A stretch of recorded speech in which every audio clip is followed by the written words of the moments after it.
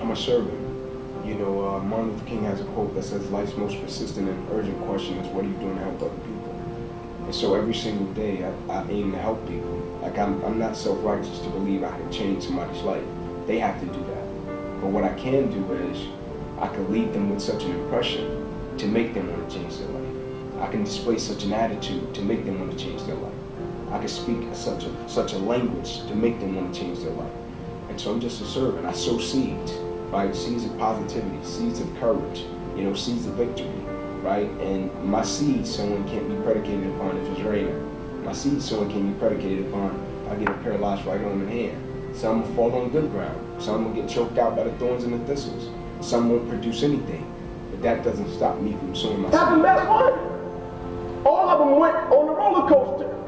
All of them went up, down, up. It's like when you watch a movie. If you watch the movie and at the end the champion in the movie, he hasn't been through nothing, you're gonna say, man, that movie's whack. Like, he's weak. What inspired you to play football and want to play professionally? I would say, you know, I just love the element of, at the time, when I was 7, contact. Because the football field was kind of like my safe haven. You know, I was going through so much in life, you know, in terms of as a kid, my environment, growing up in a 2-bedroom home, 14 people, had a lot of frustration. And so the football field was a way for me to get that out, but also, you know, I had people around me that cultivated that and told me that I had a good chance if I wanted to, in terms of my skill set, you know, that could be an avenue that I could make it in. So I adopted it. What was the exact moment that you mentioned, like, when you were talking about the moment where you asked, was this worth it? And so what was that exact moment that you asked if this whole journey that to what you want to be was worth it? It was after my injury, you know, because when you go through something, a near-death experience, you know, you just look at things different. And so when I went through this injury, and the next day I woke up, my life wasn't the same. Everything I had been working for my whole life, it disappeared in a moment. And so you start to think back over everything you've been through, everything you've worked for, and you look at the situation in the grand scheme of it, and say, was it worth it? You know, getting up at 4 o'clock on Saturday mornings, going to practice, staying in the park till 10 o'clock at night, was it worth it? And then when you look at it and the impact that it made in my life, and not only my life, but the people around me and closest to me, their life, I said it was definitely worth it. So I'm a firm believer that things don't happen to us, it happens for us. And so after my injury, it impacted a lot of people, you know, in a positive way. And so if I got to go through something in order for that to happen, you could sign me up every day of the week. You know, so looking back on it, I think it was well worth it. Okay, so what inspired you to speak and like focus on students and young people? So I just wanted to pay forward what others did for me. And so I'm big on loyalty, I'm big on honor. And when I was a young kid, to be quite frank, a lot of people did things for me when they didn't have to. I had a lot of teachers, I had a lot of coaches, and a lot of people in the community that just took to me, you know, and guided me, and I listened. And when they did things like that, I always wanted to give them a return on their investment. And so now with the way that I live my life and the dedication of it, you know, it's to the younger generation, but most importantly, it's to the world.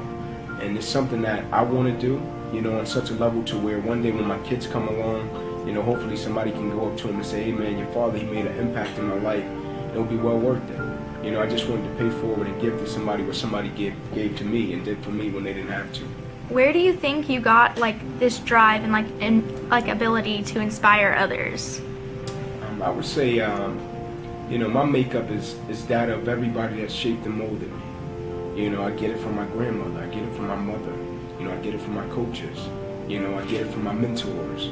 You know, I took a little bit out of everybody's book and kind of applied it to my life because I was young and I was growing. And so at every phase of my life, I took something for somebody that I respected, somebody I loved, and I applied it to my life and I trusted their advice. And so I would say I'm the makeup of everybody that ever believed in me and shaped and molded me into the man that I am now today. What do you hope students will get out of your story? I hope more than anything that whatever the circumstances may be, you know, even if they didn't grow up the way that I grew up, you know, any circumstance that they encounter, to never let a situation or circumstance define their life. You know, the one thing we all have in common as people is we all will face adversity at some point. We all will go through something at some point. And so I'm there just to show them, man, keep fighting. Always display grit, always display perseverance, never let one obstacle stop you, never let adversity or opposition stop you. And more importantly, look at it through the right lens, have the right perspective about it. If you can get the right perspective about it, you can speak the right language about it. You can speak the right language about it, 9 out of 10 times you can conquer whatever you're going through and whatever you're facing. What role does faith play in your life? My faith is number one, most important. I can honestly say, truth to power, if I didn't have faith as a priority in my life, I probably wouldn't be where I am. I probably wouldn't do things the way that I do them. I probably wouldn't treat people at the level of which I treat them. And so I'm guided by principle. I'm guided by my faith. And so even with my injury, if my faith wasn't intact, I probably would have lost my mind, to be honest. But because my faith is such a priority in my life, I look at things different and I go about things different. Our motto here is faith leads us beyond ourselves. And so we wanted to how do you think faith leads us or people beyond themselves? When you think about faith, right, and the definition of it, faith is the substance of things hoped for and the evidence of things not seen, right? And so everything that we want, but we have yet to accomplish, that's the substance of things hoped for and the evidence of things not seen. Dreams, goals, aspirations, substance of things hoped for, evidence of things not seen. And so every aspect of our life at some point will require a certain level of faith, but it has to lead you, right? You can't just walk into it. Your faith has to lead you beyond circumstance.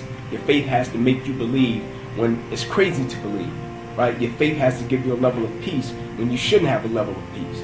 And so I think that motto is right on, right? It's interconnected to what faith is and the true essence of it.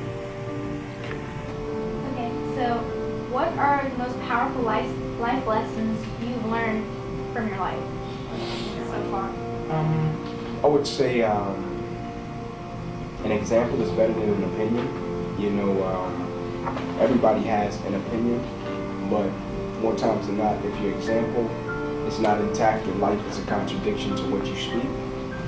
Always live with honor, always live with integrity, always live with heart and character, but most importantly, never give up. Who taught you to value and respect all the people and relationships in your life? Because you emphasized on that towards the end of your speech. My grandmother. She was the one that taught me to treat people the way they should be treated, no matter what they do, how they act, and how they respond. And so what she told me one day, never let your actions be predicated upon somebody else's reaction. And so my grandmother taught me that, and she nailed that home. But not only did she teach me that, she displayed it, right? And I saw what it produced for her in her life, and I wanted to have that same level of peace. Do you think if you grew up in a different environment, you would still be the same person? Do you think that your life would have turned out similar? I would like to think so, but it's something that I can't necessarily say, because who's to say if I had grew up different that I would have the level of drive that I have now, that I would have the level of dedication and determination that I have now. I would like to think so, but different environments produce different things. It's kind of like with my children now. My children are growing up in a totally different environment than me and my wife did. And so they don't experience some of the things that we did. And so trying to find the fine line between instilling values and principles and making sure that they understand, why I'm trying to instill certain values and principles, and hoping that one day they produce, right? One day they get it, one day it clicks, one day the light bulb goes off. And so I would like to say that I think I would have, but I can't say necessarily because I didn't, but I would like to think I would. Do you think everyone has to do something different to activate their greatness?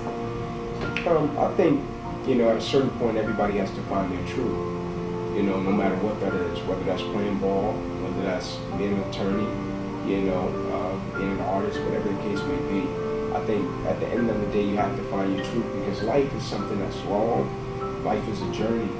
Life is full of opposition, adversity, challenges, and to be quite frank, as beautiful as life is hard, right? And so if you don't have something that you're true to, meaning something that makes you get up every single day, despite how you're feeling, despite what you're going through, you know, you'll be on a roller coaster, an emotional roller coaster, right? And you probably won't last long. But when you have something that you're dedicated to that's a lot greater than you, right? If you have a mission that pulls you every single day, if you have a purpose that pulls you every single day, if you have a truth that pulls you every single day, I think it makes life a lot easier to do what you feel you've been called to do. Like me, I feel like I've been called to do the work that I do.